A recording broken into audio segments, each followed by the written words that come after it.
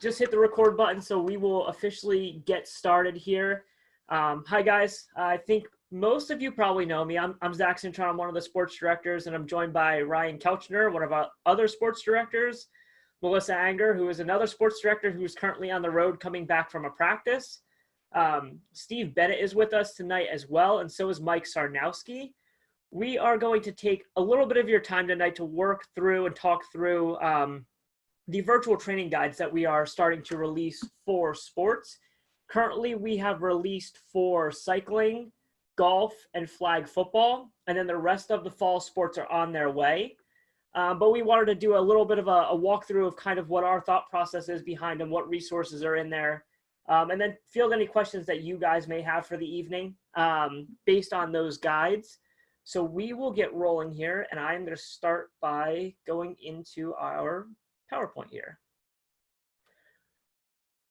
So again, kind of introduced all of us and what the game plan is for tonight.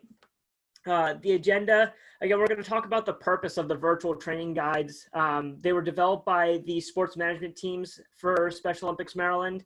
Again, one thing that we're trying to do in addition to our little bit of in-person programming that we have currently rolling is engaging homebound athletes and partners that aren't able to attend practices at the moment. And then we also want to let you know where you can find the virtual training guides so you can access them with ease. And then again, we'll open it up to questions. So again, what are these virtual training guides? The virtual training guides are 8 to 10 weeks of sports specific content that you and your programs can go through from a virtual capacity, whether it's through Zoom, Google Hangouts, Skype, whatever your choice may be when it comes to those methods of, hosting a virtual session. I know some programs have already started to do this, so it'll give you an opportunity to potentially enhance some of your programming and add some different resources that we've pulled and developed for you guys to use. As I mentioned, they have been developed by the sports management teams here at SOMD. They weren't something that we just pulled off the internet and threw together. I'd like to take this time to thank the sports management teams for golf, cycling, and flag football for putting in the time that they did for these. Multiple meetings, a lot of back and forth chatter across Google documents and such to communicate to put these together. So thank you to our sports management teams for taking the time to do this. And then the other nice thing is they're a guide. They're not set in stone that you have to run your virtual program this way. It's a very customizable experience. We wanted to give you the base template for 8 to 10 weeks of training programs that if you wanted to just follow it line by line, you could. But there are other additional resources that we have packed into these guides for you to access that will give you some other opportunities to engage your athletes. And I want to show you our cycling virtual training guide, which Kathy will be super excited about since we put her on the cover of that one. I knew she would be super excited about that. I love that picture from Fall Fest last year, so I had to use that one. But so as you work through the guides, you'll see a little introduction. Know before you go is kind of a section just to give coaches and folks that may be using this program a heads up on Zoom and potentially how to use the guide. Again, we talked about it where it's 8 to 10 weeks of content that you can access and use straightforward line by line if you want, or you can take bits and pieces and put in your own content however you'd like.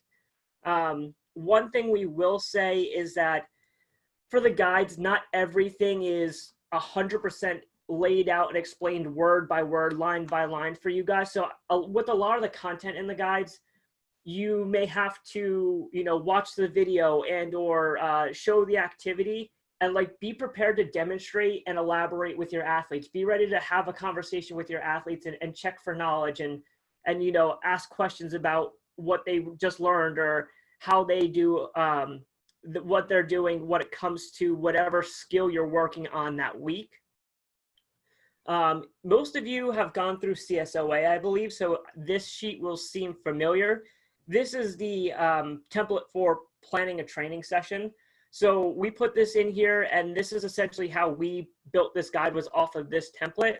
If you want to add another week of your own content, we wanted to leave the guide available and the template available for you to construct it how it best fits your programs. And if you go to our coach resource pages where you can find these, this training session template and the next form are available separately as well, so you don't have to pull them out of the document yourself. I know that can be a real pain at times. The next 2 pages are the Special Olympics Athlete Partner Development Plan. This is also from CSOA. We don't cover it a lot in our CSOA trainings, but I've seen it used in other state programs that I've been with. And it's a really good document if you have the time to sit down with your athletes and their families, their caregivers. If they have the time to sit down themselves and kind of go through this, however you want to go through it, it's a good way to get to know athletes. I will say, when I was in Southern California, we used this a bit for new local programs that would start up and bring in new athletes that nobody really knew. And it's a good way just to get to know that athlete a little bit better. So as you start practicing, you can know what their needs are and how to get them to best meet their goals and do their best during the year. And again, I think this goal settings section is really important, especially with virtual training. There's not always going to be a competition at the end of the rainbow, especially with this year, how things are. We want to provide more goal setting opportunities and individual landmarks that the athletes and participants may want to hit, instead of 100% preparing for that competition that they are used to preparing for at the end of a training season. Again, you'll look at week 1 here. Each week has the same format. It always starts with a warm-up and stretching exercise, and these warm-ups come directly from the FitFive guide. I don't know if everybody's seen the FitFive program yet.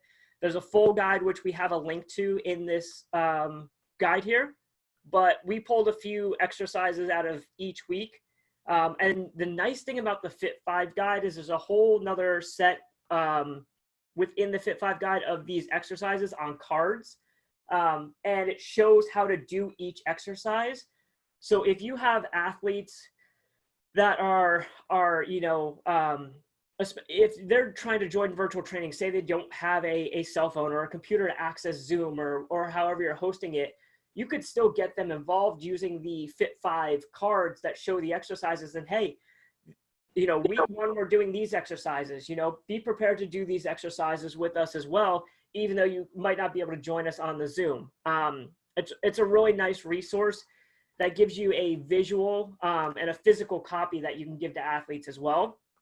You will also see a whole bunch of Mr. Joe Wu, and he is all over that guide. So if you are interested in seeing Joe Wu every now and then, feel free to open up the FitFive guide. The weekly core lesson is your health and fitness, health and wellness portion that you're going to get from the FitFive guide, and then the sports-specific content for that week. A lot of the times, the first couple of weeks go into safety for the sport, etiquette for the sport, the field of play, equipment, that kind of stuff. So the first couple of weeks are very much ramping you and your athletes up to getting acclimated to the virtual training setting. We know it's very different, and we want to make sure it's not too much on the front end for you guys. There is a competition experience built in for some of the guides. I won't say all of the guides have a virtual component of competition. For the cycling one, the virtual riding challenge, essentially it's just you and your team set a goal of how many collective miles you want to ride for that season. And then each week, you task your athletes as part of their homework to go out and ride that. You set whatever makes sense for your programs, for your athletes. They can set an individual goal as well. But again, it's kind of built in for a challenge for your team on your terms. Again, we want this to be fitting to each team's needs and not just assuming that this will fit for everyone exactly how it is. Each week closes out with a cool down and a team talk. So essentially a lot of the cool down is just stretching and some yoga poses. And then the team talk's kind of your review point at the end of the week. Like you would typically have at the end of practice, hey, what did we learn today, guys? Let's talk about what we learned and review what we did this week. And then the last thing you'll see on each page is the resources for this section for that week. So here's those FitFive cards I talked about for those exercises. That's on every week, so you won't be able to miss that one. And then anything that was sports specific that week will be in that resource section as well. So you don't have to dig all the way to the bottom of the guide to find the resources that you need for that week. So this week there's a video in there about fitting a cycling helmet correctly, and you just click on it and you roll through. And again, that goes on for 8 to 10 weeks here. And it progresses through the sport, gets a little bit more difficult as we move along. After you get past week 10, that's where you'll typically find the competition or challenge component to it, if that guide has one. And then following that, you will find the additional resource section. The additional resource section, if you want to build in extra weeks to your program, if you get to a week during the virtual training guide and you say, hey, the stuff that, they put in here for this week doesn't make sense for my team. Or, this week seems a little light, I want to add a little bit more. Go to the additional resource page here. The links that you'll see our links to our typical resource pages first off. And then you'll see sports specific ones. And you can dig through those. One guide that we always recommend is the Special Olympics International Sports Specific Guide for coaches. So the cycling coaches guide. There's a whole bunch of little training type of videos in there, tips and tricks on how to do certain things within the sport. That's a really good resource to use. These sports science guides by SOI are super in-depth on the topics that you see listed on the screen. So if you have any interest in injury prevention, nutrition, or psychology, they're a good read. I will just prepare you that most of them are 40-ish pages. But it's really good content to dig through. And then you'll also find links to the FitFive content, the FitFive guide itself, fitness for sports coaches, yoga stretches, strategies for stress number 2. And that's all in the additional resources. And again, another resource that we should probably add to this, I'll look at adding them to the sports moving forward, and note for you guys that are on here, there's another good coaching resource called CoachTube, just like YouTube, but it's CoachTube. And it has a lot of good training videos. I don't know how much they have on each sport, but it's worth looking into. And there is some Special Olympics specific stuff posted on there from Special Olympics North America and SOI. So that's another good resource. The last thing you'll find in the guide is a how-to on Zoom. I think most of us are probably pretty used to being on Zooms for the most part. Running a Zoom session is a little different at times, depending on how you want to share things and do things. But you can find everything that you need in this guide. And for the most part, if you switch to a different source of virtual learning, whether it be Google Hangouts, Skype, Discord, Band, whatever it may be, if they have a video sharing setup like we have for Zoom, it's pretty similar. So if you can learn to master one, you're pretty good on the rest of them. All right, let me switch back to our slides here. Of course, my slideshow closed.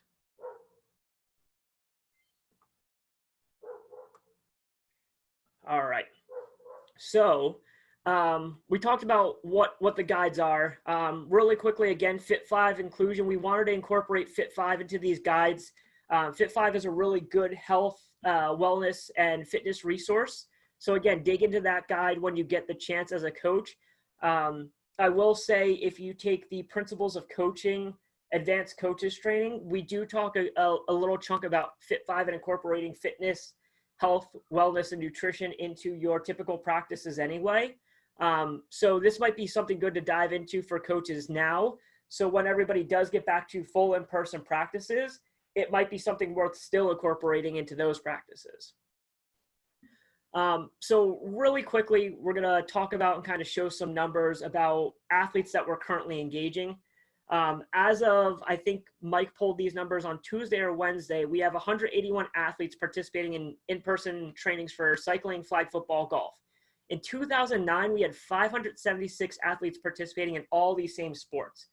So that means we have 400 athletes essentially that aren't participating in anything right now. I think a lot of us know that group homes are still locked down for most part for a lot of our athletes. So group home athletes are really out there. And then there's a lot of athletes that are in that high risk category that don't feel safe about going out to practices still. So this is something that with the virtual training guide, we thought this would be a really good opportunity to engage those athletes that really want to be out at practice, but they just don't have that opportunity right now. I will say when it comes to this probably means if you're running an in-person practice and you decide to do a virtual training, that means you're running a second practice type for the week. And I know on some coaches that can be a lot. If you have any younger volunteers or unified partners that have been involved in the past, or younger family members of athletes that you work with, this might be a good time to engage them to potentially take on roles where you can supervise and they can kind of run the show. It could be a really good time to engage our younger base of volunteers, because I think most of them are pretty used to Zoom and technology at this point and hosting these kind of opportunities. Again, we want to try to engage as many of our athletes as we can. We know right now there's a lot that we aren't engaging, so we're hoping that these virtual guides will help do the trick. And then the virtual training guide can be found on our coach resource page. I think most of you guys know where that coach resource page. I will say soon all this material will also be able to be found on our virtual movement page. So we're hoping to get all of these on the virtual movement page with all of the other virtual movement exercises and workout sessions that they've had this year. So that should be another layer of content that you guys can add into these guides weekly if you want.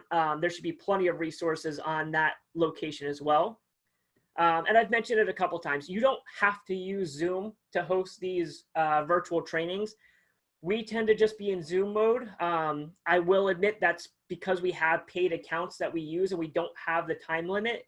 If you're doing a Zoom and you have more than one person on it, it cuts you off at 40 minutes. So if you're going to use Zoom and you don't have a paid account where you can have unlimited time, you may have to do a 40-minute session and then have a second one scheduled that people hop on, but that's really hard to coordinate.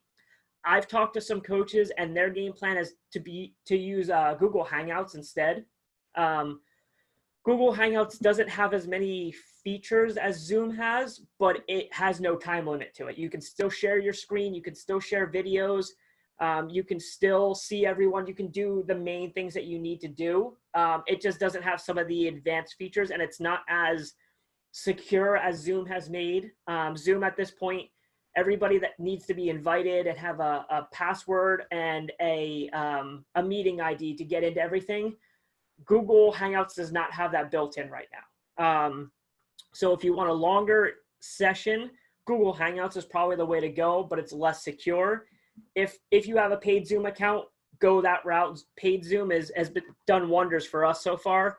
And Skype is available. I haven't used Skype during everything going on right now, so I can't give you any details on that, but Skype's always been a very viable service as well. And that's really it. We just wanted to give you guys an idea of what the virtual training guides are, how they can be used, how you can craft them to whatever fits your team, and the additional resources that are available along with it. So I will open it up to if Ryan, Melissa, Steve, or Mike Sarnowski, do you guys have anything that you want to add to this? Zach, this is Steve, and I apologize if you already said this, but I did have to step away for a minute. But as always, when you guys as coaches are going through this, if you find great ideas or things that we can add, reach out to your staff liaison for that sport at the office.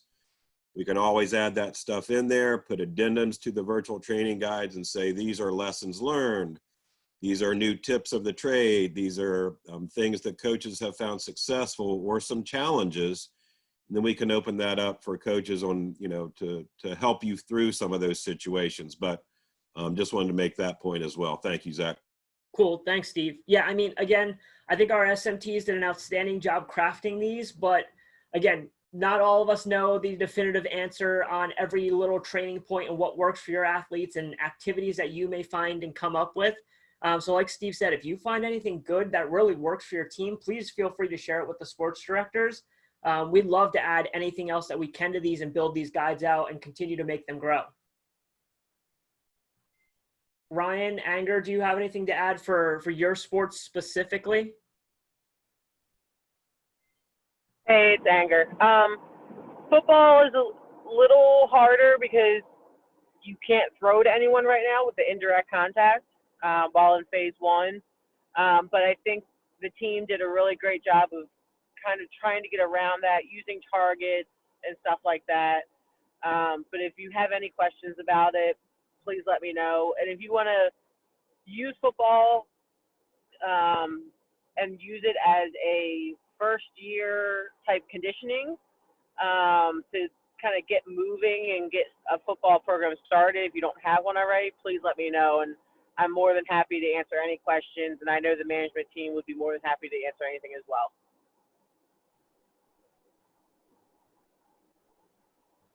Zach, nothing else in addition for golf. I think both of ours are pretty similar with the layout, but if there are any golf questions, feel free to fire away.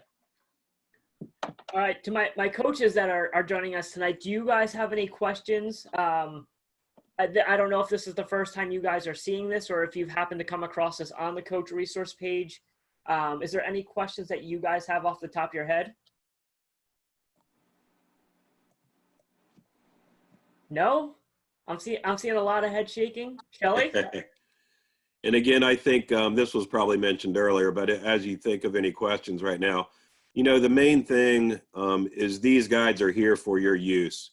And I hope I'm not speaking out of turn here, Mr. Sarnowski, but it really is the engagement of the athletes and getting some physical activity, stretching, and keeping them engaged. As you saw the slide earlier where Zach mentioned the number of athletes that were engaged in training last year versus this year.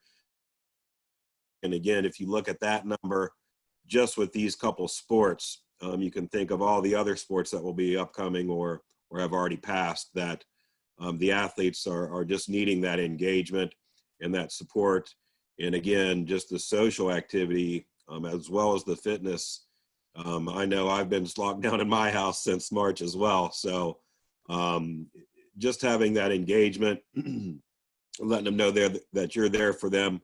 And again, extending that out to them to keep engagement going. So really important, as you all know very well. So and to sprinkle a little bit on top of there for Steve too, the hope is, after we've gotten over the COVID hump here and we're back to full, regular programming at events and stuff like that, hopefully this continues as well. I think there's potentially a segment of our population in Maryland that can really benefit from this, that maybe, in-person practices are kind of the limit for them. Maybe that's all that works for them, or maybe that's too much for them. Maybe that this through a virtual training program, through your programs, could engage new athletes that this is perfect for. Additionally too, just because, cycling season's in the fall here, if you have a group that wants to get together and start thinking about cycling, earlier in the summer after summer games or something like that, like was mentioned before with Anger, this might be a good preseason training program.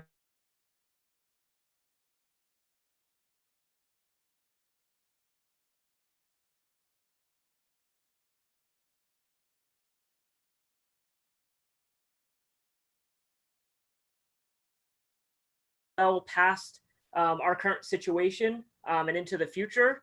And again, if there's anything else that you guys think we should add to them, feel free to let us know. So I'm going to do one more check for questions here. No? No questions. That means these guys are perfect and you guys are going to love them. And I'm super excited for this.